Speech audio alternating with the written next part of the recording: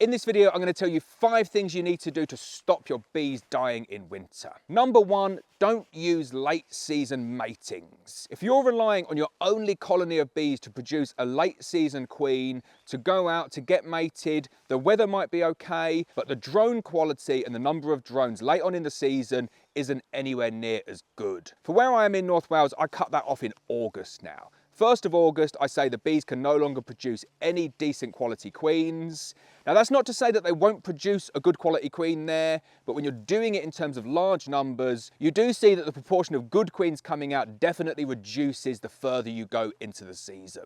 I would say this is the number 1 reason why colonies fail in the winter, is because you've relied on a late season mating, and that mating has failed, and it means that your colony has dwindled. Now I see people saying that's colony collapse disorder, or it's isolation starvation. If you're going into your colony at this point of the year and you see a few little spots of brood around, a tight cluster of bees, whether it's alive or dead, and a queen that doesn't look very good, almost certainly a late season mating that's gone wrong and it's cost you your colony of bees. If you find yourself in that position where they're trying to swarm, or they did swarm, and you've got a colony of bees that's dwindling as you go into August, buy yourself a proven mated queen wherever you are in the world, get it in, and that really can recover the colony. Might cost you £40, but if you lose your entire colony, the waste is significantly greater. Second on my list is treating for Varroa.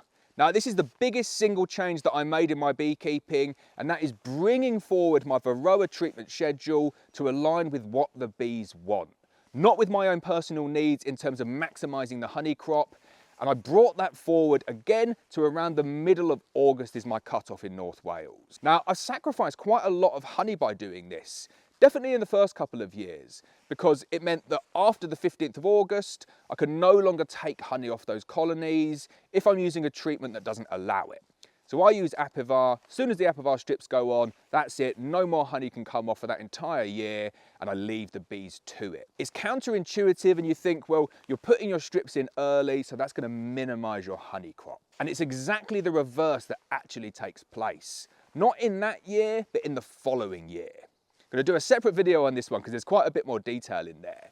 But in order to make sure that your bees don't die over winter, you need to treat for Varroa, but you need to treat at the right time.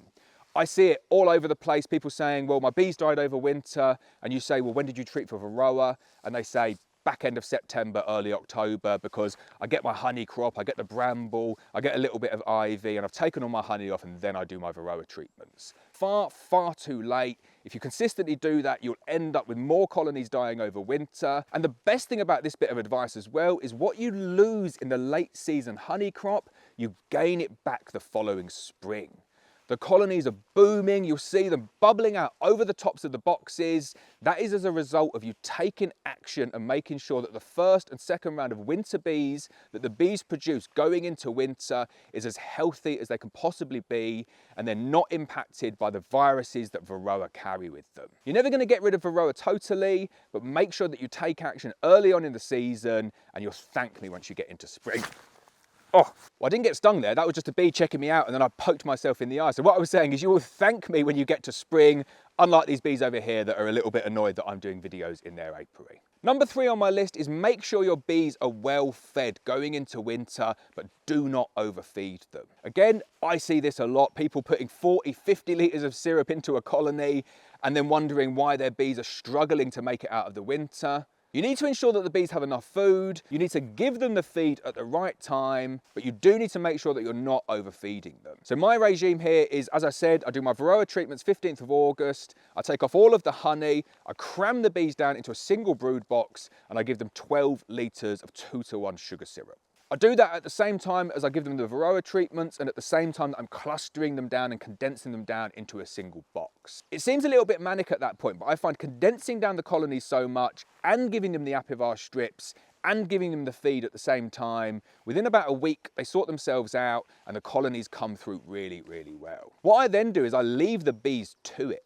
Because I've fed them so early in the year, and because I've treated them so early in the year, they've still got the back end of the bramble up in North Wales, and wherever you are in the UK, they're still going to have the ivy to come after that. So you've got this natural feed. They're going to go out and forage on the ivy, bring in the pollen, bring in the nectar, and the bees are able to almost self-regulate at that point. I find after that first feed of 12 litres of syrup, I rarely need to feed.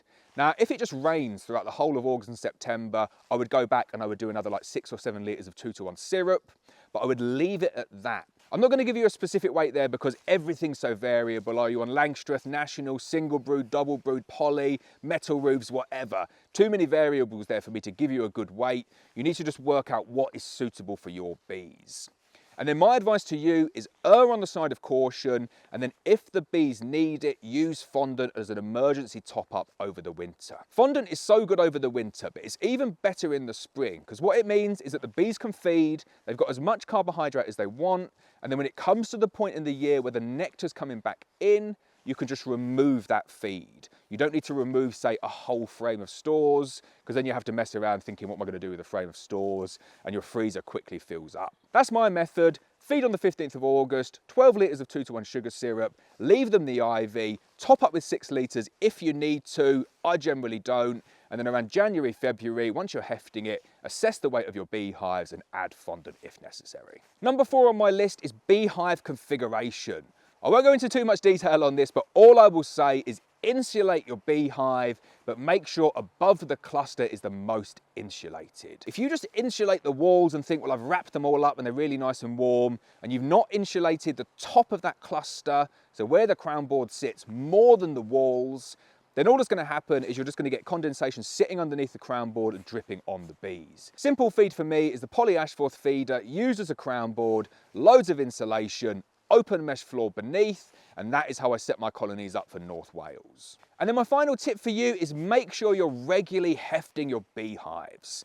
As I said, I go in and feed them in August, go and do the heft in September, assess whether you can feed them more sugar syrup, get them up to their maximum weight that you want them at, and then continually heft your bees. Don't go into your colonies in February and find a big stack of dead bees. You need to go in, I would recommend once a month for November, December, January, and then once you're getting into February, I would be going there pretty much every week and giving them a heft. There's nothing wrong with opening your colonies of bees up in January or February if it's 8 or 9 degrees Celsius for like 10 seconds just to put some fondant on. Don't let your bees starve, and the way that you assess that is that you get used to how much a healthy beehive should weigh. Fondant late on in the season, really good insurance policy, and it means that you don't end up with dead bees in spring. If you enjoyed that video, found it useful, please give the thumbs up, hit the subscribe button, and hopefully I'll see you next time.